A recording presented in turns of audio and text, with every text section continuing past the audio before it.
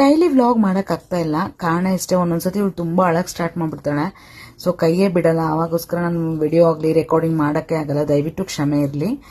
ಇವತ್ತು ಭರ್ತಾ ತಿನ್ಬೇಕಂತ ತುಂಬ ಆಸೆ ಆಗಿತ್ತು. ಆದರೆ ಭರ್ತಾಕ್ಕೆ ಬದನೆಕಾಯಿ ದೊಡ್ಡ ತಂದಿರಲಿಲ್ಲ. ಸೊ ಈ ಚಿಕ್ಕ ಬದನೆಕಾಯಲ್ಲೇ ಮಾಡ್ಕೊಳ್ಳೋಣ ಅಂತೇಳಿ ಅದನ್ನೇ ಸುಡ್ತಾ ಇದ್ದೀನಿ. ಟೇಸ್ಟ್ ಏನು ಸೇಮೇ ಆಗುತ್ತೆ. ಎಲ್ಲರೂ ಒಬ್ಬೊಬ್ರು ಒಂದೊಂದು ಮಾಡ್ತಾರೆ. ಸೊ ಬಟ್ ಈ ಸುಡೋದೆಲ್ಲ ಸೇಮೇ ಇರುತ್ತಲ್ವಾ, ಅದು ಸಿಪ್ಪೆ ಎಲ್ಲ ತಕ್ಕೊಳ್ಬೇಕು. ಅದೆಲ್ಲ ನಾನು ನೀಟಾಗಿ ಅದನ್ನೇ ಮಾಡ್ಕೊಳ್ತಾ ಇದ್ದೆ. ಸೊ ಟೇಸ್ಟ್ ಏನು ನಂಗೆ ಡಿಫ್ರೆನ್ಸ್ ಅನಿಸಿಲ್ಲ. ಒಬ್ಬೊಬ್ರು ಹಸಿ ನೀರುಳ್ಳಿ ಹಾಕ್ತಾರೆ. ನಾನು ಮಾತ್ರ ಸ್ವಲ್ಪ ಎಣ್ಣೆಗೆ ನೀರುಳ್ಳಿ ಮತ್ತು ಖಾರ ಪುಡಿ ಉಪ್ಪು ಸ್ವಲ್ಪ ಬೇಯಿಸ್ಕೊತೀನಿ. ಹಸಿದು ನಂಗೆ ಅಷ್ಟು ಇಷ್ಟ ಆಗಲ್ಲ. ಸೊ ಅದು ಬೇಯಿಸ್ಕೊಂಡ್ಬಿಟ್ಟು ಆಮೇಲೆ ಆ ಬದನೆಕಾಯಿ ಇರುತ್ತಲ್ಲ, ಸುಟ್ಟಿದ ಬದನೆಕಾಯಿ, ಅದನ್ನು ಹಾಕಿ ಮಿಕ್ಸ್ ಮಾಡಿದ್ರೆ ಆಯ್ತಷ್ಟೇ. ಅರ್ಜೆಂಟಿಗೆ ಯಾರು ಬಂದರೆ ಏನಾದ್ರು ಎಮರ್ಜೆನ್ಸಿಗೆ ಬೇಕು ಪಲ್ಯ ಅಂದಾಗ ಇದು ಮಾಡ್ಕೊಳ್ಳೋದು ಬೆಸ್ಟ್. ಇದು ರೊಟ್ಟಿ ಜೊತೆ ಅಂತೂ ಸೂಪರ್ ಟೇಸ್ಟ್ ಆಗುತ್ತೆ. ಸ್ವಲ್ಪ ಮೇಲ್ಗಡೆ ಕೊತ್ತಂಬರಿ ಹಾಕೊಂಡ್ಬಿಟ್ರೆ ಆಯ್ತಷ್ಟೇ, ಬರ್ತಾ ರೆಡಿ. ನಮ್ಮ ಮನೇಲಿ ನಾನು ನನ್ನ ಹಸ್ಬೆಂಡ್ ಇಬ್ಬರೇ ತಿನ್ನೋದು, ನನ್ನ ಮಗ ತಿನ್ನಲ್ಲ. But very tasty. ಮತ್ತು ಊಟಕ್ಕೆ ನಾನು ಕಾಲಿಫ್ಲವರ್ ಪಲ್ಯ ಮಾಡಿದ್ದೆ, ಡ್ರೈ ಗೋಬಿ ಥರ, ಮತ್ತು ಪನ್ನೀರ್ ಫ್ರೈ ಮಾಡಿದ್ದೆ. ಇವಳಿಗೆ ಸ್ನಾನ ಮಾಡಿಸಿ ಡ್ರೆಸ್ ಎಲ್ಲ ಹಾಕಿದೆ. ಯಾಕಂದ್ರೆ ಮಲ್ಕೊಳ್ತಾ ಇಲ್ಲ ಅವಳು. ಒಟ್ಟು ಅವಳಿ ನನ್ನ ಪಕ್ಕ ಕುತ್ಕೋಬೇಕು, ನಾನೇ ನೋಡ್ತಾ ಇರಬೇಕು, ಆ ಥರ ಅವಳಿಗೆ.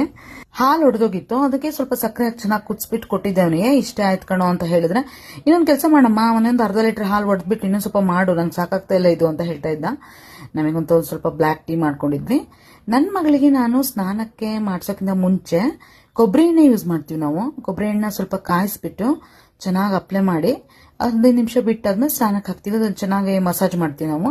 ಒಬ್ರು ಆಲಿವ್ ಆಯಿಲ್ ಯೂಸ್ ಮಾಡ್ತಾರೆ, ಹರಳೆಣ್ಣೆ ಯೂಸ್ ಮಾಡ್ತಾರೆ. ಬಟ್ ನನ್ನ ಮಗಂಗೆ ಆಗಲಿ ನನ್ನ ಮಗಳಿಗೆ ಆಗಲಿ ನಾನು ಕೊಬ್ಬರಿ ಎಣ್ಣೆ ಯೂಸ್ ಮಾಡೋದು.